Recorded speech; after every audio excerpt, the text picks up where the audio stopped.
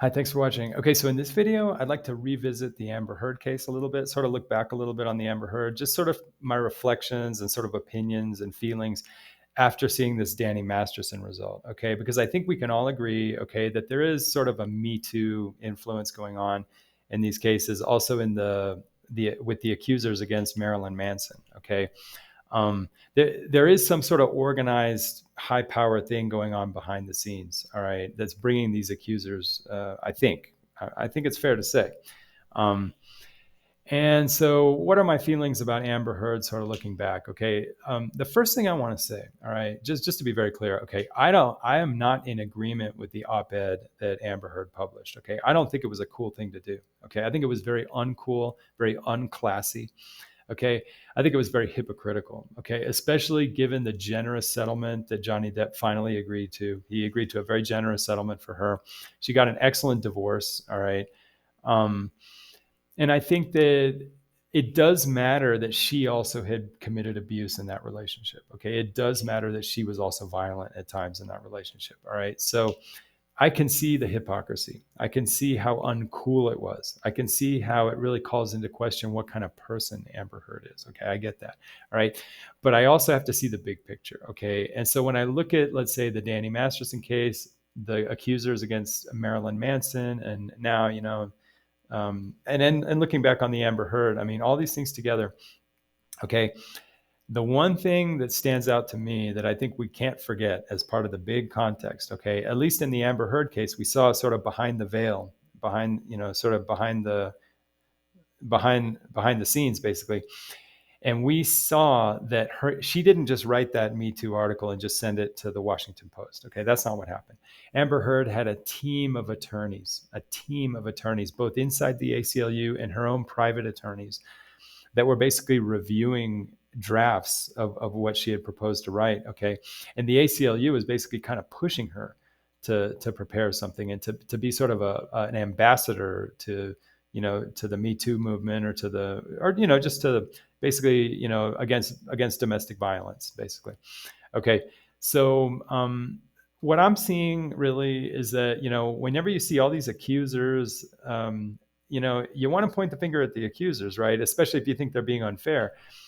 But what's behind the accusers? Sometimes I think there's probably a lot of organization and a lot of like political machinations going on behind the scenes. Okay, the ACLU is a very powerful organization. Okay, and the ACLU has a lot of interconnectedness with the Me Too movement. The Me Too movement is a very powerful movement. Okay, there's a lot going on there. And I don't know that it's all just purely humanitarian. I think at the very, very top of the Me Too movement, and I think at the very top of the ACLU, I think you have people that are just pushing power, people that have a lot of power and influence. Okay. And I don't think that power and influence is just out of the nobility of their spirits. I think there may be some just pure power and money going on at the top of those organizations. Okay. So, I'm a little skeptical. But I'm always skeptical when I see really powerful organizations, any movement that has a lot of power, okay? Because those movements and the people at the top of those movements, the people organizing those movements, they have a lot more power than just some random unsophisticated accuser, okay? Looking back at Amber Heard, after seeing her testimony, everything, you can criticize her for being a little bit shady, a little bit dishonest, a little bit manipulative, maybe having a slight personality disorder, whatever. But the other thing you can see about Amber Heard is she's not very educated. Okay, she's not very educated, and she's not very sophisticated. In other words, she's kind of susceptible. She's susceptible. And young, unsophisticated, high-profile people who might be, let's say, in acting or entertainment, they're very susceptible because they're people that have a lot of high profile, but they don't have a lot of education and they're not very sophisticated. And I think they're easy to manipulate, and they're easy to sort of take up in political movements, okay? Because it makes them feel good. They feel good if they feel they can associate with some righteous political movement or whatever, and it's like a drug for them. So in a sense, the way I see it, I almost see it as like ayatollahs. The ayatollahs are the ones that really control the ideological space in the Middle East. It's not the soldiers on the ground, the members of Al Qaeda who do the suicide bombing or who carry machine guns and kill each other.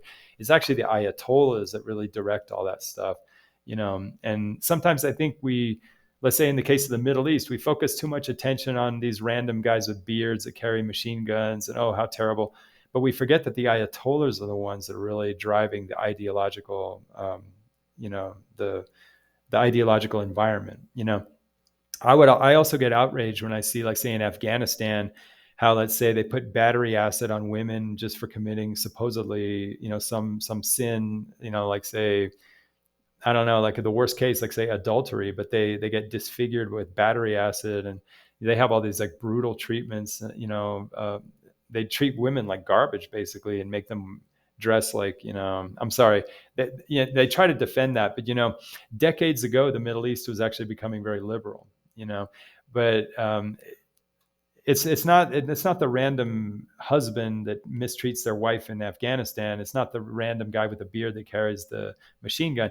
The people who really drive the ideological course of history, and the ideological environment in these countries in the Middle East, they're actually like the Ayatollah types, the really, really high up people. And sometimes I think we forget that those are the people we really should be scared of. Likewise, in the United States, people like Amber Heard, these accusers, whatever, they're the equivalent of some, bearded guy with a machine gun in the Middle East. They're just pawns. The really high up Ayatollahs, the people that are really organizing, and the architects, the people that are orchestrating these movements. I think we have to look at the very top of these organizations, okay, at that political space. And I think we're looking at people that got a lot of power, and they're dealing with a lot of millions and millions and millions of dollars, okay? Let's not forget the ACLU. I think Amber Heard was sort of like pledging to give to the ACLU, I think more than $1 million. I don't know if she ever gave them quite that much, but the idea was it was like a big package deal. Amber Heard was going to give a ton of money to the ACLU, but she was also then going to sort of get compromised into being an ambassador, and maybe the ACLU now is going to have a lot of influence over, what was going to come out of Amber Heard's mouth and what she was going to represent for them. The ACLU moves a lot of money around. There's a lot of people with a lot of money, a lot of power, and they have an agenda, and they're going to press their agenda. And to some extent, I think Amber Heard was relatively weak and relatively small compared to the size of the actual political movement that was sort of, operating. Political movements are not just going, on the weekend to some rally and just whatever. Political movements involve a lot of millions of dollars and a lot of very influential people who want to press their influence, and someone like Amber Heard is just literally, relatively speaking, she's sort of like a small operator. She's a small, she's a relatively small player. Okay. And so I just think that, when I look at the whole big picture, I can remember in the Amber Heard trial with Johnny Depp. Okay. I remember they did a video deposition of one of Amber Heard's attorneys. Okay. Sorry. It's not my noise. I apologize. They're doing construction out there. So sorry. Okay, so they did a video deposition of one of Amber Heard's attorneys, a transactional attorney. Okay, and this attorney testified that he had reviewed the proposed Me Too draft article, and he had made changes to it. And so basically, and he approved it. In other words, this attorney actually approved the Me Too article. Okay. So basically, what ended up getting Amber into trouble was actually vetted and filtered by a team of lawyers and the ACLU. Okay. So I don't know, like in my stomach, I know that Amber Heard's responsible for that. I get that. Okay. I know she's responsible for that, but I also feel like there's some Ayatollahs. There's people like really high up, Ayatollahs basically, that are much more in control of the overall situation, and that Amber Heard is kind of a pawn sort of relative to these big movements, and also, attorneys, movements, people that have much more power in these things, And I guess in my stomach, I thought, that transactional attorney that approved her draft and who edited her Me Too letter, I got the feeling that he should be on the hook, morally speaking, not legally maybe, but morally speaking, he was more responsible, I think, for what ended up getting published in the Washington Post, So just looking back on all these things, looking on the accusers who finally it dawned on them that, geez, when I really think about it, Danny Masterson committed a crime against me. I wonder how much they were influenced by these movements, okay, and how much is sort of a coordinated effort, all right, sort of a coordinated effort at the expense of not getting the correct punishment for all the people who are guilty. Like let's say Bill Cosby, for example. I believe that Bill Cosby deserves some punishment. I do believe that. But I just think that somehow in all the fervor and all the excitement to get all these people, like say like Bill Cosby, people like Danny Masterson, whatever, or even like say whatever, anybody who's been sort of hit with the Me Too movement, I think there is a little bit of overkill, okay, in my opinion. I think there's some overkill. And I really think that what's really more powerful than the actual victims themselves is actually the movement itself, okay? And the movement sort of influences the victims, all right? And so I guess, and also they also influence the law too. But I guess when I look back on Amber Heard, I see somebody who was relatively a pawn in the hands of bigger players. That's just my impression, and I kind of get the same feeling with Danny Masterson in the sense that if you were to just take the individual victims of Danny, and I do think he committed crimes. Okay, I'm not saying he didn't commit crimes, but if you take the actual individual victims without the assistance of a big, powerful movement, okay, just the victims themselves, there's a reason why they didn't go to the police by themselves. There's a reason why they took their time. Okay. It's not just because, oh, in today's world, you never know when you're a victim or not, whatever. It may be because deep down in their hearts, maybe they knew something happened. Okay. But deep down in their hearts, they didn't want to make a major case out of it. In other words, something did happen, but it didn't merit something so out of proportion. Okay, such as putting Danny Masterson on the hook to maybe spend the rest of his whole life in prison, the same as like a first-degree murderer, And I think the same is true with Amber Heard. I think you just have to wonder if she wasn't in this relationship with the ACLU, if she didn't, let's say, pledge to give them money and then get on the hook as an ambassador and all this kind of stuff. If she was just on her own, just dealing by herself, you kind of have to wonder, maybe not, but maybe she would have just had a different way of living or a different way of pursuing her interests, But all I can say is that, as far as determining, how guilty Amber Heard was in terms of her Washington Post article, okay, I don't think you can take away the influence of the ACLU and the Me Too movement and Amber Heard's own attorneys. Okay, I think that's important. All right. And I just think that, in the end, she may have certain responsibility. Fine. But I just think that in all fairness, we need to put her in the context of the bigger picture. Okay. And really see the bigger picture and also take into account how much the ACLU influenced her, how much her own attorneys approved something and maybe they shouldn't have approved. Maybe a better attorney could have told Amber. And I thought, geez, if I was her attorney, I would have said, you know what, don't do this. Just don't do it. It's my recommendation. Why get into trouble? You got a great divorce settlement. And why are you going to put it at risk for this political stuff? Just don't do it. Just live your life. That's my advice to you. So it makes me upset. It makes me upset because I know that people more sophisticated than Amber, people with more knowledge who could have anticipated for her, they really almost kind of enabled her to get into trouble, And in some sense, I think they almost kind of directed her, to get herself into a situation where she was kind of over her head and maybe also really attracted to the exposure she could have as being part of a righteous movement and just kind of taking advantage, So that's just my point of view. And as far as the Danny Masterson, again, I think he was probably guilty. I do believe he was guilty of committing intimate partner sexual violence. I do believe that. My issue is that I think that the way the law is set up today, okay, by the letter of the law, he's going to get the same punishment as somebody who commits a much different kind of crime. You know what I mean? He's going to be put on the same level as somebody who goes to a random stranger and slips them fentanyl and almost kills them from an overdose and then rapes them, and leaves them in a hotel room where their lives are really in danger. Okay. The law doesn't really distinguish those things, And so And also, he ends up with a prison sentence that's the same as, like, say, a child rapist, or, like, say, a first-degree murderer, or, in some states, more than a second-degree murder. And I just think to myself, it's just not fair. It's not fair. It's not fair. It's not fair in my stomach. And so I can almost understand the psychology of a person. Let's say a woman's in, like, say, in an intimate relationship with Danny Masterson. Okay, and let's say that. Looking back, they remember some weird things. Like, I woke up one morning and something was weird, and I didn't think about it. It left a bad taste in my mouth. But it took me years to realize that that was actually a crime. Okay.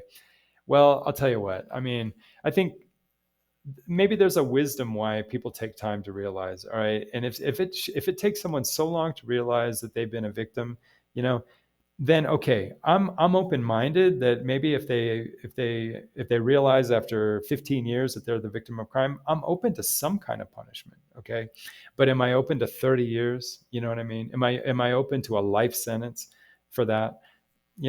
These are questions we should ask. And we should also ask that in the course of these people deciding to bring charges against Danny Masterson, we should ask, okay, how much was that independent of their own volition? Okay, just independent as their own people, or how much was it coordinated? Okay, we at least should ask that question. Okay, how much was it coordinated in a way that was not unlike what happened with Amber Heard, publishing her thing? We have to ask, when you have these movements, these political movements, okay, how much is there, let's say, an effect of sort of gathering people and sort of encouraging them to bring, major criminal cases, okay? And if we are going to bring those cases, and I'm thinking, okay, let's go ahead and bring these cases, fine. I'm actually open to it, but we ought to have a corresponding nuance, so that we should also allow the defendant a lot of leeway to at least present evidence in mitigation. Okay. In other words, I'm open to it. Let's say if we want to start opening the statute of limitations to old crimes and letting these Me Too people have their day in court, okay, let's do it. But let's also take into account that we're often dealing with very old evidence, and also take into account that the deck is sort of stacked against the defendants. And so in these cases, we ought to allow the defendants sort of extra leeway to present mitigators, and also just kind of take into account the overall circumstances, okay? Because I think in the end, okay, the main objection I have in the Danny Masterson, even with all the Me Too getting involved, even with all the political movement and the, all the organization behind these accusers, okay, I'm still in favor that we should at least have some kind of trial. But I think given all the political influence where the deck is so stacked against the defendant, I think the defendant should be allowed some extra leeway to present mitigation, and also to take away the mandatory minimums. You know what I mean? Just to keep it kind of equal. So looking back on this Amber Heard, I guess the main thing I'm thinking about is, I'm starting to look less at her, and I'm starting to look more at the movement that's directing all these accusers. Okay. And I think the same with the Danny Masterson. If there's one question we should ask, it's not, these accusers. It's really how powerful is this movement that's bringing these accusers forward? And in what sense are big political forces, sort of overpowering individuals in this world? Okay, because even though Danny Masterson has money, and even though he's connected, he's relatively small compared to the force of this massive Me Too movement. Okay, and so I think when we bring justice in the world, all right, we ought to bring justice in the world, but we need to be careful not to over bulldoze it. And sometimes the movements get so politically powerful that there is a bulldozer effect. Okay, and we need to have some countervailing allowances in the law to sort of take into account how political movements can become a bulldozer. And I think in the case of Amber Heard, I think Amber Heard became a victim of the bulldozer, in a sense, where, I'm not saying she's not somewhat responsible, but you have to also consider she was part of a big bulldozer, of a big political movement, where she was basically, relatively speaking, a very small player. And so in a sense, she got bulldozed, by her own bulldozer, basically. But it's just thing to think about, as we think of the Danny Masterson, as we think of, let's say, the Marilyn Manson accusers, and, the Amber Heard case. I just encourage people to focus a little less on the individual players that show up in court, and maybe behind the scenes to think of how much political movement and how much power in organized political movement is actually behind these individual players. So it's wherever you see like little unfair results. Like I think Amber Heard got overall kind of an unfair result. Okay, even though she is guilty of something. I mean, I'm not. I don't think what she did was good. Okay, but I think the overall result was kind of unfair. Just like I think the overall result for Danny Masterson was unfair. Okay, so when you see these kind of unfair results, often I think it's healthy to look behind the scenes and see what kind of political forces are playing, just to kind of tie those things together. Because often where you see an unfair result, let's say on an individual level, there's some kind of maybe a political force going on that sort of accounts for that. And I think in these cases, I think we're seeing sort of the bulldozer effect of the Me Too movement, where we as people, I think we ought to think, whenever you have political movements, we should be creative. What are things we can do as people in our real life politics to sort of temper and sort of put a temper on the extra power, the bulldozer effect that these political movements can acquire. It's a fair question, and I just leave it out there. So anyway, yeah.